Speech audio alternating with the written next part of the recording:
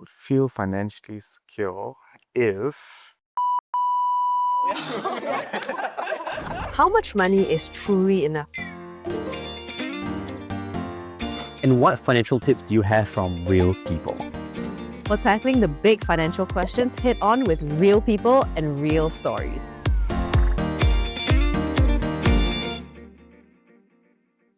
What's one of the most extreme things that you guys have done to save money? I would say that it's something I keep on doing today as well. So it's not just one extreme event, but it's a constant attitude. I don't buy stuff which I don't need. I make everything last long. I got shirts in my cupboard that I've used 20 years ago. My sons keep saying, "Dad, your iPhone is so old already. Wouldn't you just upgrade it?" I say, "Well, it can still be used. Why should I upgrade it?" Right? And if I can make things last, I'll make it last as long as I can. I've been doing that when I started working, and I've been doing that for the last 30 years, right? Of course, my wife always says, "Hey, your socks got hole already, Can you please change it?" But I said, it still covers my foot, what? Who's going to see the hole when I wear the shoe? So she's the one who will go through my wardrobe and then throw away all the ones with holes. And I said, my underwear, as long got 3 holes, is still okay? Right? Only when you got the 4th hole, then you start throwing it away, right? So I make things last as long as it can, and not get caught up with having the most latest of this. And that is the way I save. Something that I definitely need to learn, but I think Aaron already has that down pat. He also only has 3 pairs of shoes. I remember in secondary school, I was trying to save up money for game credit. So I would go up to this noodle store uncle and just ask for soup. So because soup was like 10, 20 cents. And I would save the rest of my savings, which was like 80%, right? So I spend 10 to 20% on soup. And then I'll add the free fried shallots and pour it in. And I'll eat that as my recess. But you're a growing boy, eh? How to tahan all this? No wonder he's so slim. There was a period of obsession until one day when I went to the uncle, he recognized me. He said, boy, you take the soup for free. You just go. Yeah, because I think he was worried that I was not getting enough nutrition or I could not afford it that time. So yeah, he just like, okay, boy, just take more shallot. I guess it's looking at him now, that's real diet advice. No. Let's talk about the moment of realization. Was there a specific wake-up call that made you think more seriously about your finances? So the first time I was like, oh man, I need to start taking this seriously was when I was in poly. And I told my father, I said, I'm only spending $200 to $300 a month. What I realized was that I spent double of what I said to him. So there was a realization that, that small curry puff, that small cake that you want after a long day of studying, it all adds up. Now that you have landed your first job, do you still track your finances right now? I kind of look at it in percentages. So for example, 10% goes to insurance and about 30 to 40% goes to my day-to-day spending, transportation, allowance for my parents, and some meal treats from time to time. And the remainder goes to savings and investment. I wish I was as disciplined as younger. So for myself, the realization came out when at 28, I had my first child. Right, I wasn't earning that much. I think I was in the workforce for probably about 2 years then. And then you look at the credit card bill. You look at how much you need to spend on your daughter, and then you look at what you are earning. A lot of explicit language comes out, and then you remind yourself that, look, this baby here fully depends on you in terms of her survival.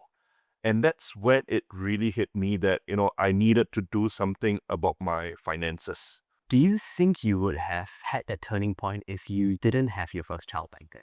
Possibly not. You don't think about it much, right? Like what you mentioned, it's you do spend maybe about a few hundred a week kind of thing, but it adds up. At the end of the month, when the bill comes, and then you go, oh no, I can't pay the full amount. And when you can't pay the full amount, it rolls. How many months did it take you to be like, oh, this is actually snowballing? I would say across at least 3 to 4 months. Oh, okay. Yeah, because you would spend and then you wouldn't pay the full amount. You'll think that, okay, next month I'll pay the full amount when the salary comes in. That's when it just keeps rolling, and then by the 3rd, 4th month you go, okay, I'm in trouble. Dr. Sanjay, does that sound familiar? Oh God. Cheryl, what do you think? Has there been a turning point in your life? Yeah, I think it was when after I graduated and I started being in the workforce. I started off doing a few different odd jobs, not a full-time job yet. So I thought that, okay lah, a few $100s come in and then it's just very easy to spend because you don't see it as too significant as compared to when a big lump sum comes in. So as I just kept spending and spending, then I kind of look back and like, how come I don't have any savings?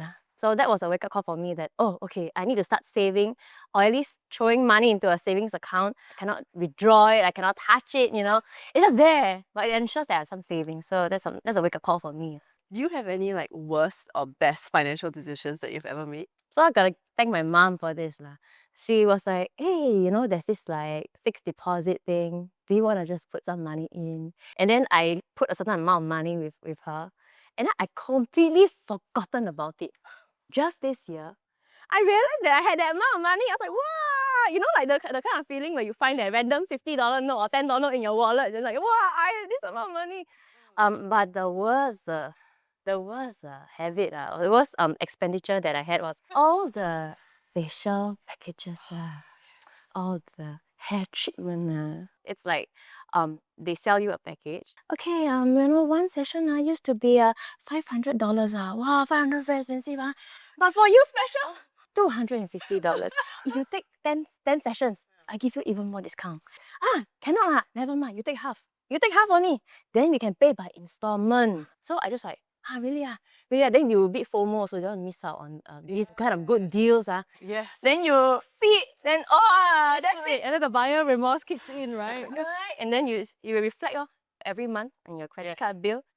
As someone in the sandwich generation, do you feel like you find yourself keeping a lot more for emergencies? Because now you have to think of like your parents as well as the kids. I guess when you have a family, yeah, you do need emergency funds. A lot of my funds now actually goes into investment.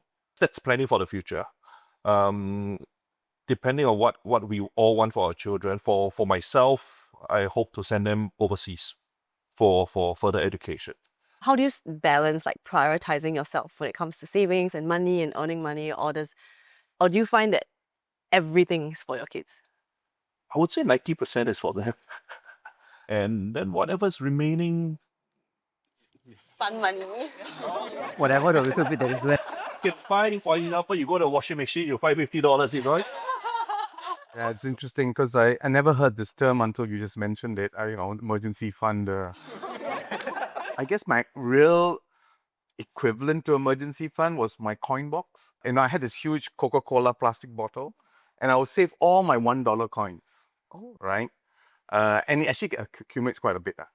And I remember when I was switching jobs, they because of HR processes, they say the first salary, we cannot pay you first. So there's a month when you actually have no salary, but you have all these expenses. I was married already and things like that, right? I tell you, when I broke the Coca-Cola bottle, I had enough to cover us for the month, And so to me, that was my emergency fund, right? I always tell my two boys, right, it's never how much you make, it's always how much you spend, right? If you make $1 million where you spend 1.5 million, you're still in debt, right? So I always try to remind them, you got to watch your spending rather than being concerned about how much money you make. The younger generation has people like you to pass down the knowledge that you had to learn on your own by saving $1 coins in a Coca-Cola bottle. That's amazing though. All right, another question for you guys. What financial goals do you have and what steps have you taken to achieve it? I think for us, we met with our financial consultant, and that's where he went through in a lot of detail and some very open information in terms of, when you retire, how much do you want in your savings account? So from there, after we worked out the whole amount of what I needed, then we backtracked into, okay, where are you now? So how far away are you from your goal? And then you go, wow, okay. And then you start thinking, okay, is it achievable? So I think that, with proper financial advice, I would say that is crucial so that you can live the lifestyle that you envisage to live.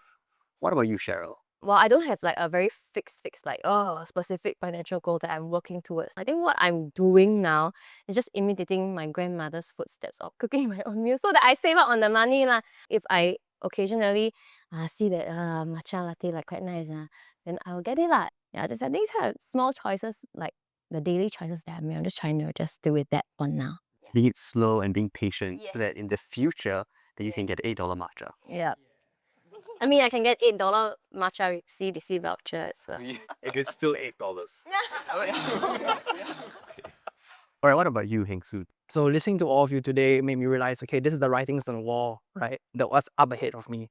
And I think the best thing I can do is to save as much money and make my money work for me. Don't buy into get rich quick schemes, you know. As Dr. Sanjay has mentioned, we also need to protect our money and not fall into the trap of lifestyle inflation, where the more money we earn, the more money we spend. I want to talk about like planning as a family and as a couple. Are there things that are like off topic, or do you guys talk about everything? I think for my husband and I, we talk about everything and anything. So my money is his money. His money is my money. Yeah, we do that lah. We do that lah. Yeah, so I think it's just very transparent. I'm glad that we have this kind of conversations. And I think between my husband and I, he's the one that's more logical. Like one of my best like financial decisions is to marry him. Yeah. Really, because he's the one that keeps me in check, you know, like, hey, do you really need this? Like, do you really need these bottles of shampoo that you have like 5 more bottles in the storeroom? Yeah, you're right. Then That I'm like, offer. right? I know. It's like then I'll argue wrong. Like, no, the 20% discount. No. Yeah, so I think he's the one that really talks me through, and he's a lot more financially savvy than me. So he educates me a lot, and he opens up my eyes to see that there are certain like accounts that are good for us. There are certain cards that are good for us. Then like yeah, that's great. Then I start to learn, start to apply, and then that's how I at least try to stretch my dollar. Between my wife and I, also we are very transparent. So when I decided to go start my own company, we had a very serious discussion on, I may not be bringing back the same amount that I used to. And so we made the conscious decision that my wife would switch company to something more stable so I could go out and, take more risks. It boils down to what we want for the kids. Right. So in the end, if, by the time all the girls turn in, they go into adulthood, we hope that, they see that we have made those sacrifices for them. It's interesting to hear how much you all talk about sharing your financial decisions. And I come from a generation where my money is our money and her money is her money, right? We should bring that back. I'm just kidding. As the husband, or the father of the house, you're responsible for everything, right? When you start growing old, I mean, we're all getting old, but when you come past 60, right, your sense of worth and self-esteem, right, that you're actually still contributing becomes more and more apparent, right? Because what the worst thing you want to do is suddenly I have no value in society, or no one values me anymore, or I have nothing to give. And I think that's the worst kind of poverty, right? It's not the financial poverty, but it's the poverty of not being valuable to society, which is far more crippling. So I think we all had to kind of discover our own path, and how we bring contribution to the family and things like that. How do you guys plan for what you think is enough? Of course, you must always have a mental objective in mind of what you want to achieve, and how do you work backwards and make the financial decisions based on that objective. I think enough to me looks like pay my bills and then still having enough to save. To me, it is not necessarily true that the more I have, then it will be enough. If I do have more, I kind of overestimate myself and then I end up spending a lot. So sometimes I think more money doesn't benefit me at this point in time if, let's say, I don't have my my financial habits knocked down right. I completely agree with Cheryl, because I think oftentimes we run ourselves through a career, right? Because we want to achieve this and achieve this, but what is it for? I start to think, right? Like, how much is enough? And Do I have to wait to a certain point in time in my life before I'm happy? Or can I be happy in this moment? That's such a poetic answer. It's the journey, not the destination. That's right. Dr. Sanjay, how about you? I would feel financially secure is $300 million. What was that? Too low, higher, higher. There's a lot of $1 coins. Yeah, I know. I guess there's the financially secure is a function of the definition of enough, right? It's a philosophical question. What is enough, right? And I think money should be seen as an enabler, not the goal in itself, right? So when you're trying to enable your dreams, if you have big dreams, then you have to work for it and get a lot of money. But if your dreams doesn't require money, but you can create happiness without using money, then there's a balance there, right? So I think there's no real number for me, but as long as every day I'm happy and every day I don't worry, that would be great.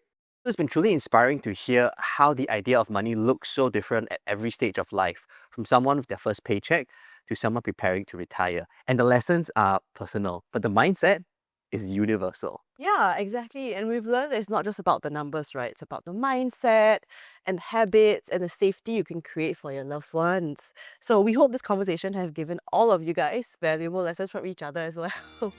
If you want to continue this conversation, you can find more valuable insights and connect with experts and the community in person. Bye. Bye.